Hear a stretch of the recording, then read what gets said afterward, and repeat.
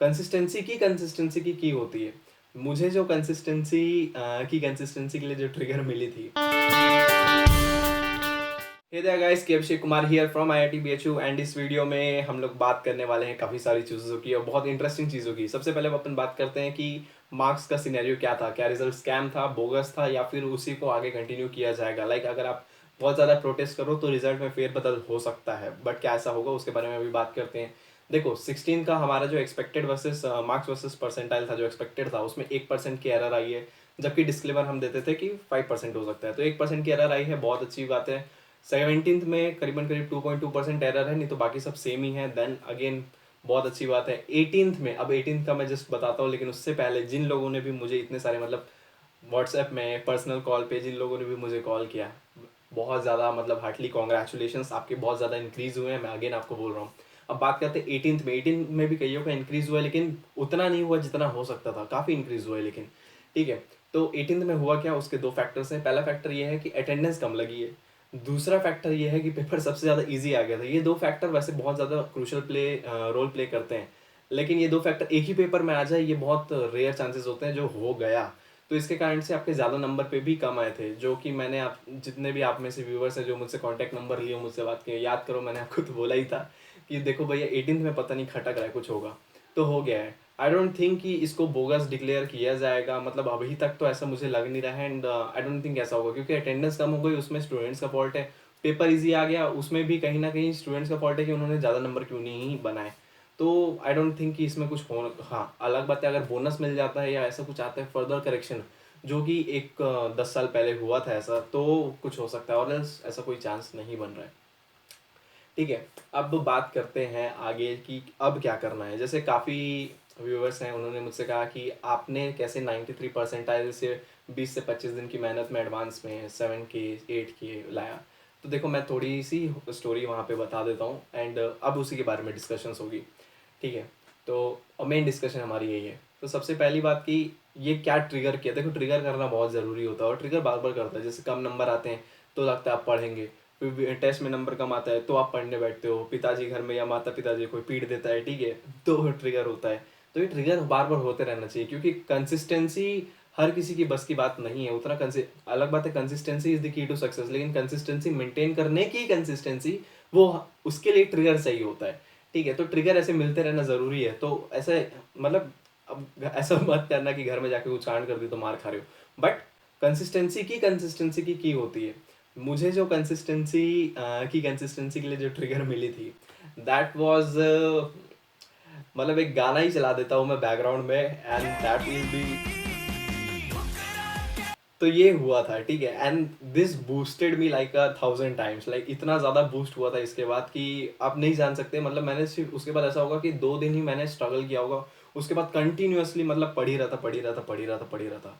हाँ, एक चीज़ मुझे समझ में आ गई थी कि ज़्यादा पढ़ने से कुछ नहीं होगा, एंड एक्चुअल में अभी भी मैं आपको बता देता हूँ, ज़्यादा पढ़ने से कभी कुछ नहीं होने वाला। आपको पैटर्न समझना पड़ेगा। अगर आपका आज की डेट में सिलेबस छूटा हुआ है, देन ट्रस्ट मी, आप सिलेबस पूरा करके कुछ नहीं उखाड़ पाओगे, कुछ नहीं हो सकता। आपको करना ही है कि आपको पैटर्न समझना है कि जो सवाल पूछ रहा है वो किस पैटर्न में सवाल पूछ रहा है। पैटर्न से मेरा कहीं पे भी ये नहीं होता है कि आप क्वेश्चन देख रहे हो और इस क्वेश्चन के आगे क्वेश्चन आ सकते हैं, ये मैं इसकी बात बिल्कुल नहीं कर रहा हूँ। मैं बात पैटर्न से समझने की इसकी कर रहा हूँ कि जो पेपर सेटर है, इस बार जैसे आईआईटी खड़गपुर पेपर सेटर है, तो आईआईटी खड़गपुर वाला कौन से क्वेश्चंस देता है। 2014 में आईआईटी खड़गपुर कंडक्ट करवाया था, 2005-4 में कंडक्ट कराया था। अलग बात है पेपर हर जगह से सेट होके आते हैं, लेकिन हर जगह से पेपर बनते हैं, उनको सेट करने वाला खड़गपुर होता है। ठीक है, तो आपको समझना पड़ेगा। आप जाके 2014 का पूरा पेपर एकदम सॉल्व करो, उसके बाद 4-5 का एकदम सॉल्व करो, ठीक है, बाकी भी करो, लेकिन इसको एकदम जोर से सॉल्व करो और इसमें समझो कि बार बार इसमें क्या पूछ रहा है। डेफिनेटली इस साल भी उसी से रिलेटेड कुछ पूछेगा। पहला पैटर्न समझना, ये सारी बातें होती हैं। ठीक है, उसके बाद अगर आपको कहीं लग रहा है कि नहीं हो पाएगा, सिलेबस छूटा हुआ है, या फिर फैमिली प्रेशर, स्ट्रेस ज़्यादा आ रहा है, तो मैं आपको सिंपल से एक चेहरा दिखा देता हूँ। स्क्रीन पे एक चेहरा ब्लिंक कर जाएगा। बहुत लल्लू इंसान था, हद से ज़्यादा लल्लू इंसान था। नाम था हेनरी फोर्ड। नाउ इन्होंने अपने इंजीनियर्स को बस बोल दिया था, कंपनी के मालिक थे, बोल दिया कि इनको 8 सिलेंडर वाली इंजन चाहिए। अब कंपनी के जो इंजीनियर्स हैं, जो साइंटिस्ट थे वहाँ पे, जो डिज़ाइनर्स थे, वो लोग परेशान हो गए, कैसे बनेगा भैया, सर नहीं बन सकता। वो बोला ठीक है, आप कोशिश तो करो, पैसे तो मैं दे ही रहा हूँ, क्या चिंता है। तो वो बोले नहीं बन सकता। 6 महीने हो गए, उन्होंने रिपोर्ट मांगी, नहीं बन सकता। 1 साल हो गया, उन्होंने रिपोर्ट मांगी, नहीं बन सकता। उन्होंने ड्राइंग बना के दे दी, हेनरी फोर्ड ने ड्राइंग बना के तक दे दी थी उनको। इंजीनियर्स बोले सर नहीं हो सकता, 8 सिलेंडर वाला इंजन पॉसिबल ही नहीं है, ये नहीं हो सकता। एक टाइम के बाद जब फिर उन्होंने रिपोर्ट मांगी, उनको आया फेलियर कि नहीं हो सकता, तो हेनरी फोर्ड ने उस दिन एक चीज़ कही थी जो हर किसी बच्चे को अपने दिमाग में बैठा लेना चाहिए।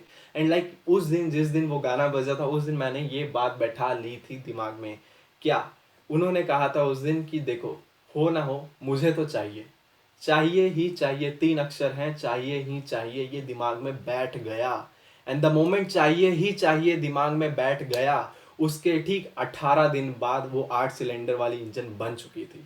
अब आप सोचो कि इतना 1 साल लग गए नहीं बने, लेकिन 18 दिन में ऐसा क्या हुआ कि बन गई। दैट इज आपका एटीट्यूड मैटर करता है। अगर आप ये सोच रहे हो कि नहीं हो सकता, उसको शिफ्ट करो कि ये हो सकता है। अगर आपके सिलेबस कंप्लीट नहीं हुआ है, उसको शिफ्ट करो कि जो हुआ है उतना काफ़ी है और थोड़ा इंप्रूव कर रहे हैं। अगर आपके पास हो रहे हैं नेगेटिव हो रहे हैं, तो उस मेंटालिटी को शिफ्ट करो कि नेगेटिव नहीं, जो मुझे जैसे क्वेश्चन बना रहे हो, ऑप्शन बी लगाए और ये नेगेटिव हो जाता है आगे जाके, ठीक है, तो आपको करना क्या, आपने ऑप्शन बी लगाया और ए सी डी को भी चेक करो, इस मेंटालिटी पे स्विच करो, आपका नेगेटिव कम हो जाएगा। तो आपको अपनी मेंटालिटी स्विच करनी पड़ेगी, आपका अपना दिमाग में अभी शिफ्ट करना पड़ेगा क्या, कि मुझसे नहीं हो पाएगा, इससे शिफ्ट होना है कि चाहिए ही चाहिए, आईआईटी ही चाहिए, कुछ भी मिले, चाहे बिट्स पिलानी मिले, एनआईटी टॉप के मिल जाए, लेकिन हमको जाना आईआईटी ही है, वो भी अच्छे। तो ये चाहिए ही चाहिए को शिफ्ट करो, ठीक है। And this was the whole मेरा जो ट्रांसफॉर्मेशन था। अब उस ट्रांसफॉर्मेशन में मैं, अगर जैसे आप में से कुछ ने बोला कि शेड्यूल शेयर करो, देखो शेड्यूल कॉपी करके तो कुछ फ़ायदा नहीं होगा, बट स्टिल शेयर तो मैं कर सकता हूँ, आपने बोला है मैं ज़रूर करूँगा। तो देखो सुबह उठना होता था 5 के अराउंड, मतलब पहले 2 दिन मुझसे ये नहीं हो पाया था, पहले 2 दिन मैं उठ रहा था, पढ़ रहा था, सो रहा था, यही हो रहा था। फिर उसके बाद तीसरे दिन से मैं बात बता देता हूँ, लाइक 5 o'clock उठना, 5 से 5:30, 5:45 मेडिटेशन एंड थोड़ा सा लाइट वेट फूड खा लेना, ठीक है, ताकि एनर्जी बने रहे। उसके बाद पढ़ने बैठते थे 10 बजे तक, फिर 10 बजे के बाद टेस्ट देना होता था, 2 बजे तक, 3 बजे तक टेस्ट दिया जाता था। फिर 3 से 4 ब्रेक रहता था, मैं खुली हवा में घूमता था।